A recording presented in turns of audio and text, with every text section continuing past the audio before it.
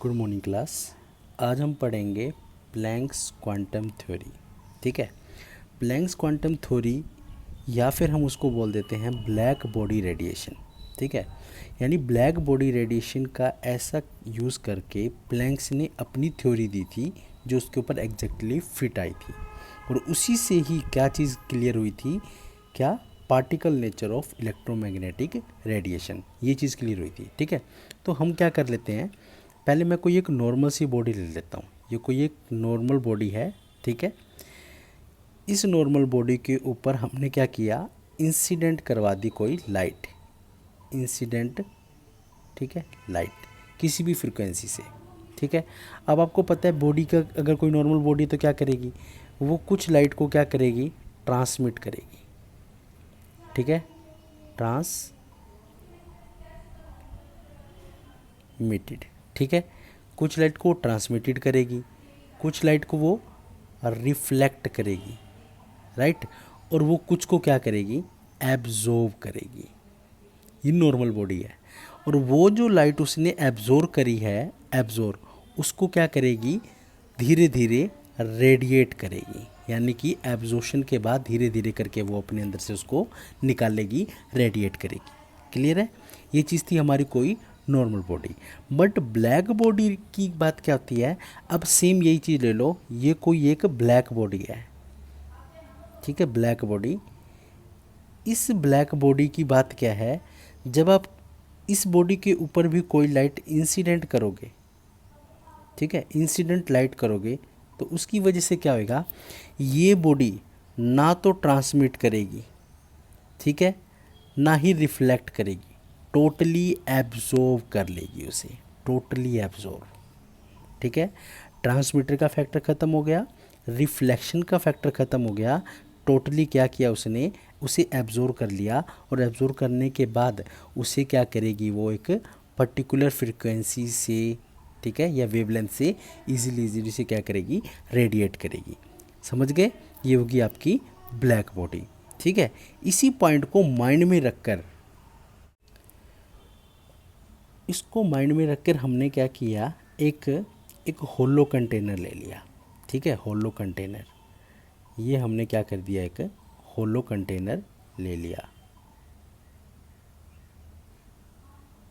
ये जो होलो कंटेनर है, इसकी सबसे बड़ी खासियत पता है क्या है, इसकी सबसे बड़ी खासियत है कि इसको इनर, अंदर से क्या कर रखा है, ठीक है, ब्लैक बॉडी रेडिएशन वाली किसी मटेरियल से बना रखा है, और उसके लिए एग्जांपल पे आप क्या ले सकते हो, चारकोल, यानी कि इस होलो मटेरियल के अंदर हमने चारकोल लगा रखा है।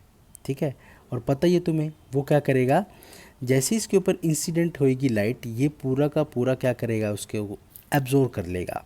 ठीक है, ब्लैक बॉडी की तरह, और एब्जॉर्ब करने के बाद धीरे धीरे ये क्या करेगा, रेडिएट करेगा।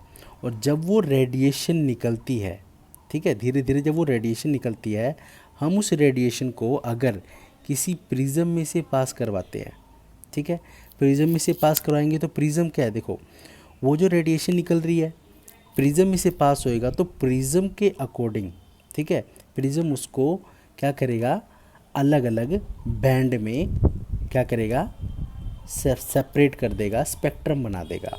ठीक है, जैसे क्या होएगा उसका, जैसे आप विबग्योर का पैटर्न मिलता है, यानी कि इंक्रीजिंग ऑर्डर ऑफ फ्रीक्वेंसी, यानी इसकी फ्रीक्वेंसी कम होएगी और डाउन द ग्रुप फ्रीक्वेंसी ज़्यादा हो जाएगी, इसके अकॉर्डिंग एक पैटर्न मिल जाएगा हमें एक स्क्रीन के ऊपर। ठीक है, एक स्क्रीन के ऊपर हमें ये पूरा पैटर्न मिल जाएगा। अब वो इंक्रीजिंग ऑर्डर ऑफ फ्रीक्वेंसी की बात होगी है, ठीक है, या फिर आप क्या बोल सकते हो, डिक्रीजिंग ऑर्डर ऑफ क्या, वेवलेंथ। ठीक है, इसके अकॉर्डिंग हमें एक पैटर्न मिल जाएगा, ये चीज़ हम इस स्क्रीन के ऊपर ऑब्जर्व कर लेंगे। क्लियर, अब इस पैटर्न को देखकर क्या हुआ, एक प्रैक्टिकली ग्राफ बनाया गया। ठीक है, ग्राफ देखो क्या था, वो था इंटेंसिटी और वेवलेंथ के बीच में ग्राफ बनाया गया, और वो प्रैक्टिकली कैसा था, ऐसा, ये बहुत ही फेमस कर्व है। ठीक है, ये चीज़ इस कर्व के अकॉर्डिंग देखा जाए तो ये लैम्डा होगी आपकी वेवलेंथ, ठीक है, ये इंटेंसिटी।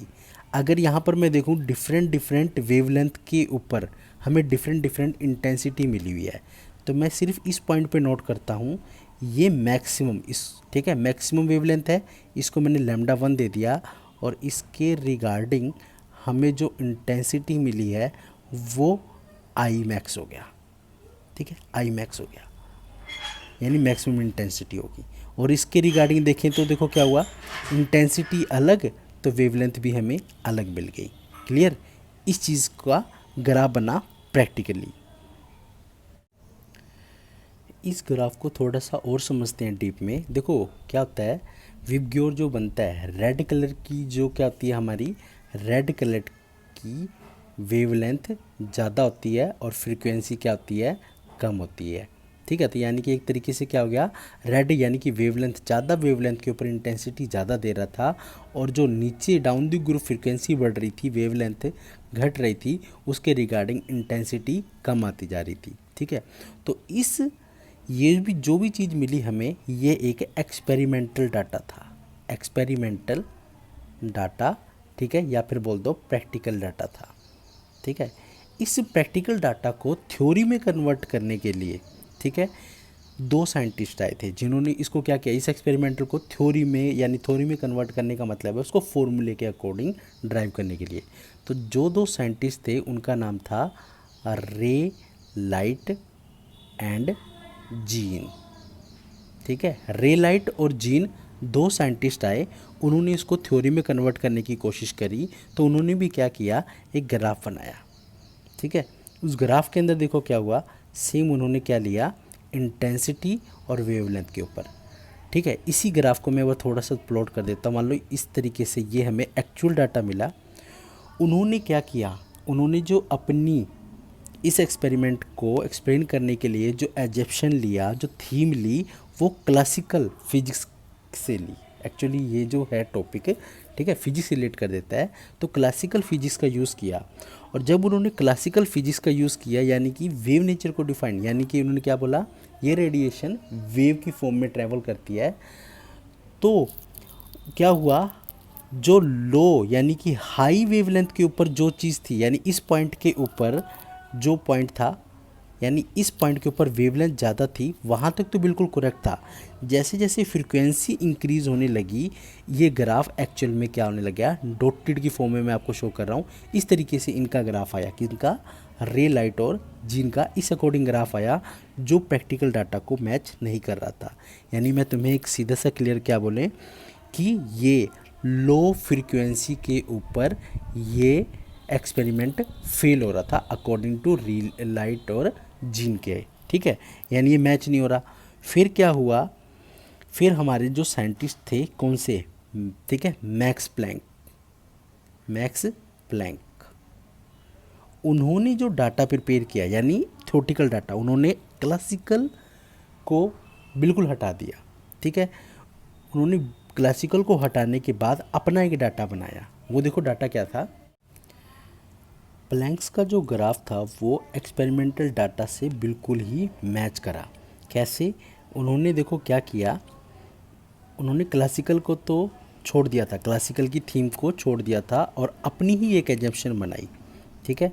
और अपनी एजम्पशन के साथ उनका ये एक्सपेरिमेंटल डाटा इस थ्योरेटिकल डाटा से मैच हो गया। तो उन्होंने ऐसी क्या थीम बनाई, उन्होंने बोला जो भी वो सोर्स ऑफ एनर्जी था, जो भी सोर्स, यानी कि देखो इंसिडेंट एनर्जी जहाँ से भी निकली थी, वो सोर्स, ठीक है, जिस भी फ्रिक्वेंसी से ओसिलेट कर रहा था, ठीक है, यानी कि ओसिलेटिंग फ्रिक्वेंसी निकल रही थी, ठीक है, यानी यहाँ से एक बात वो निकल गई क्या, कि उसकी एनर्जी कितनी होएगी, उसकी एनर्जी होएगी जितना वो प्लैंक्स कांस्टेंट है, यानी कि अपना कांस्टेंट h दे दिया, और उसकी फ्रीक्वेंसी, उन दोनों का मल्टीपल उसकी मिनिमम एनर्जी होएगी। कहने का क्या मतलब है, कहने का ये मतलब है कि वहाँ से उन्होंने एक बात ये बता दी कि एनर्जी की कॉन्टीन्यूअस फॉर्म नहीं होती, डिसकॉन्टीन्यूअस फॉर्म होती है। इस चीज़ को देखने के लिए उन्होंने क्या किया, देखो सबके माइंड में एक बात आती है कि सन हमें कॉन्टीन्यूअस फॉर्म में एनर्जी दे रहा है, ठीक है, एक्चुअल में ये गलत है, ये डिसकॉन्टीन्यूअस फॉर्म में हमें एनर्जी देता है। जैसे आप एक काम करो, रूम के अंदर जब आप बल्ब को ऑन करते हो, ठीक है। बल्ब को ऑन करने के बाद, ठीक है, क्या होता है, वो एकदम से रोशनी देने लग जाता है, ठीक है। एक्चुअल में वो हमें जो रोशनी देता है वो हमें किसके अंदर, फोटोन, पैकेट ऑफ फोटोन की फॉर्म एनर्जी देता है, ठीक है। बट वो पैकेट ऑफ फोटोन की एनर्जी इतनी ज़्यादा हाई स्पीड से मिलती है कि हम उसे जज ही नहीं कर पाते कि वो कॉन्टीन्यूस फॉर्म है या डिसकॉन्टीन्यूस फॉर्म। और एग्जांपल लें हम इसका, जैसे पिक्चर होती है, फिल्म चल रही होती है, पहले जब पिक्चर्स क्या होती थी, फ़ोटो क्लिक कर लेते थे, और फ़ोटो क्लिक करने के बाद हम अगर हाई स्पीड से अगर एक फ़ोटो डालो तो आपको दिख गया, दूसरी फ़ोटो, तीसरी फ़ोटो, चौथी, पाँचवीं, इस तरह लगातार आप फ़ोटोज़ को ऑब्ज़र्व कर रहे हो। जब मैं हाई स्पीड से उन फ़ोटोज़ को रिवॉल्व करने लग जाता हूँ तो ऐसे लगता है कोई सीनरी चल रही है। इसी तरह जो सन होता है या कोई भी ओसिलेटिंग फ्रीक्वेंसी होती है वो हमें डिसकंटिन्यूअस फॉर्म में एनर्जी प्रोवाइड करती है, ठीक है, in the form of packet, ठीक है। तो वो यानी कि यहाँ से क्या होगी, जो क्लासिकल था, क्लासिकल उसके अंदर ये बोलता था कि वो कॉन्टिन्यूस फॉर्म में एनर्जी आती है और उसकी कोई भी मिनिमम एनर्जी हो सकती है। बट यहाँ पर इन्होंने क्या बताया, जो भी डिसकंटिन्यूस फॉर्म में एनर्जी आएगी उसकी मिनिमम एनर्जी होगी E=H म्यू, ठीक है, H म्यू। ये चीज़ क्लियर कर दी इन्होंने, ठीक है। और इससे क्या हो गया, इनका ये डाटा बिल्कुल ही मैचअप हो गया, तभी भी निकला E=H म्यू। उनके द्वारा एक बात और कही गई कि ये जो एनर्जी है E=H म्यू, ठीक है, ये हमेशा क्वांटाइज की फॉर्म में मिलेगी। क्वांटाइज, क्वांटाइज का मतलब है जैसे E=, ठीक है, E1=H μ1, ठीक है, यानी कि N 1 2 3 E1, ठीक है, इसकी फॉर्म में, यानी कि जो आपको एनर्जी मिल रही है, ठीक है, एनर्जी अलग अलग पैकेट में आ रही है, अलग अलग पैकेट आ रही है तो अलग अलग एनर्जी आएगी, और अलग अलग एनर्जी आने से वहाँ से क्लियरेंस क्या निकल गई कि ये कॉन्टीन्यूअस वेव की फॉर्म में ना आकर एक पैकेट की फॉर्म में आ रही है, और ये पैकेट के द्वारा ही पता लगता है कि इसके अंदर पार्टिकल नेचर होता है, ठीक है। वहाँ से क्लियर हो गया ये पार्टिकल नेचर, तभी से इसको ये बोला गया क्वांटम मैकेनिक्स की स्टार्टिंग। कुछ लोग इसको क्वांटम मैकेनिक्स की स्टार्टिंग भी मानते हैं।